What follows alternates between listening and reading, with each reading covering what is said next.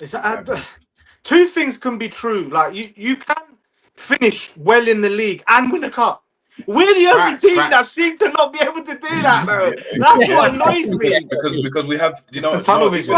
even that, I think everyone is basically right, because Jay, when you said that 22-23 season where we didn't expect to do it and we completely bottled it, right? We had an amazing starting 11, but did you see our bench? Our bench hasn't been good for a very long time. Who can you actually Forever. take off and be like, yeah, man, you know what? Let's bring on Nketiah. Nketiah. Every time we brought on Nketiah, I was like, oh my days, we're losing. Yeah. We're drawing. Every But he single also time. he doesn't give chances to like He the gave KLN no, boys. he gave like, maybe not, No, he look maybe the okay, first player, Waneri, he gave him a chance, then didn't play him for 2 years. Then, out of desperation, he gives Lewis Skelly the chance. There was no one else. Everyone was injured. You but might I be think it's able to because of have the pressure. found that. I think it's because of the pressure that he has to win something. Because if he did win something, then he can probably, give it a bit more to the We academy lads. But now he's like He's he can't, he can't. yeah, he's we damned had if a we had a dead rubber. We had a dead rubber against PSV Eindhoven. Yeah, Yeah, and yeah, he did not yeah, play yeah, yeah, any yeah, young yeah. players. Do you True, remember? true. And Yeah, I yeah, swear to God, that's when I knew this guy is annoying me now. The game didn't matter. We already qualified. yeah, There was yeah, young yeah. players, and at the time we had like what was his name, like Real Water and like Cozier Dubry. Even Heaven was still there. Even Heaven Yeah, was heck, still all there. of these guys. But they must have looked and be like, bruv, you're My not dick, playing me even. my The dick. game doesn't even matter. Like that's why for me, Arsene Wenger, I love the way he used to be like. We should be able to get over this line against the Shakhtar Donetsk, even with two young kids there. Like I can save these guys for the league, but I'm gonna put whoever it. But if they play well, I've got a new Fabregas, I've got a new Wilshere, I've got. Do you know what I mean? And if Yeah, they come up, you're like, oh my god, like cool. He proved himself. Now I've got this guy. If not, well, he's going back, and he's just never gonna see him again. So it's literally. like you gotta give him a chance. Now, he's you need to remember, man. Like he gave guys like Yaya Sanogo bare chances. He's got an There's assist in an balance. There's FA Cup balance. There's final. balance. He's got an Yeah, assist in an FA Cup final. The back heel. He got Yaya an Sanogo. Hey, Yaya Sanogo. Hey, this guy was What a guy, Bambi man. on ice, man. But anyway, I wanted us to go into the news, obviously, of Ethan Nwaneri. It's basically done. Great news, because I think all of us were kind of scared. Squeaky bum time for all of us, I think. But it's not about the contract I wanted to talk about. I wanted to talk about, as you says here, where does his future lie? Where do you think is the best position for Nwaneri? Should it be more central? Should it be on the right? People have been saying he can also play on the left. I've never seen that, but anyway, people say what they need to say. Where do you guys think he needs to play? I'll let you guys go, man. I keep going first. Go on, Jay. You can go now. No, seriously, guys. Oh, it's so polite. Oh, don't be shy now, guys. No, I mean, no, I'll go for it. What's it called? I think, I'll be so honest. I thought he was good on the right. I kind of like the whole angle of him kind of cutting inside and like just wrapping it to that far corner.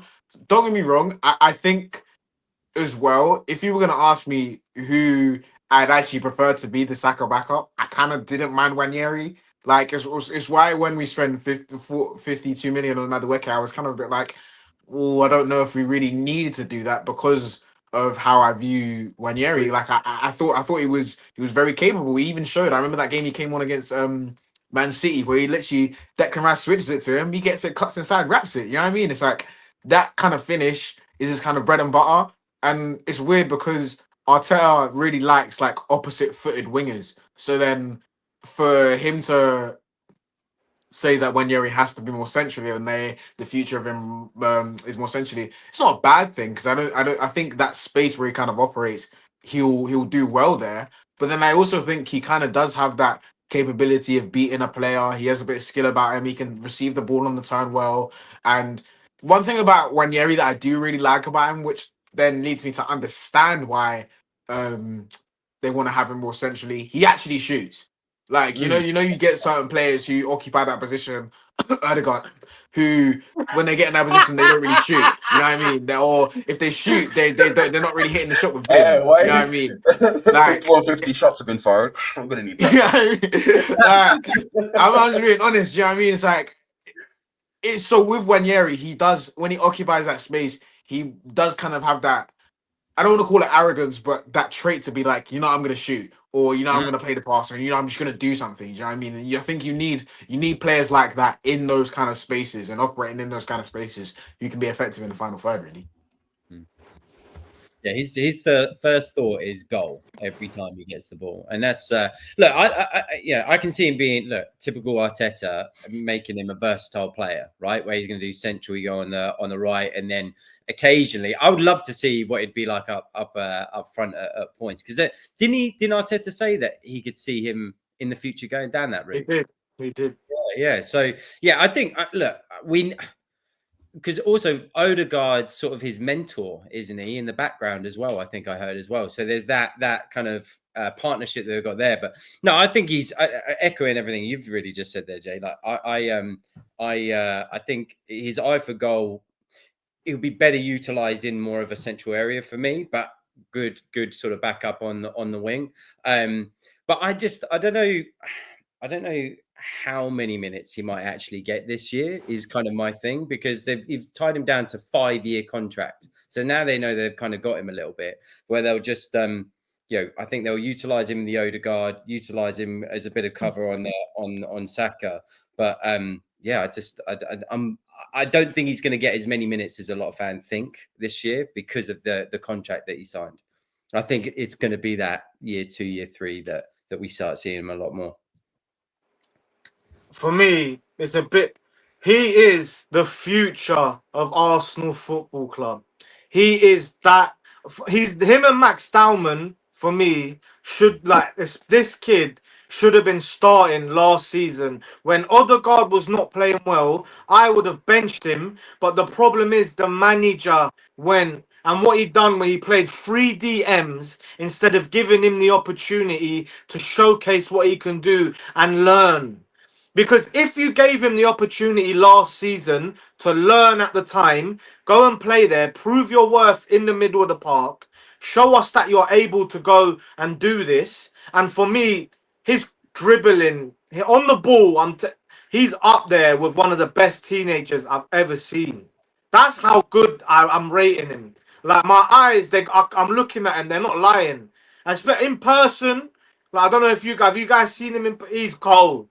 He's so cold. Man. He's a like when I go, like I'm just watching him, I'm thinking, bruv, how did you not allow this man to play? Do you know what I mean? Instead, you chose to play Jorginho, Partey, and Rice. It's wrong because for me, he carries the ball.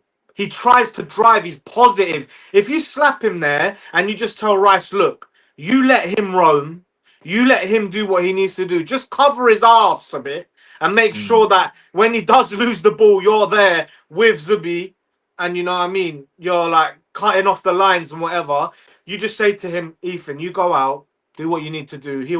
He can operate because he's got everything. He can shoot from distance, close control, passing in between the lines. It's just his experience. Like, he was doing a few passes last season, offside. And I was like, he needs to learn exactly when to let the ball fly.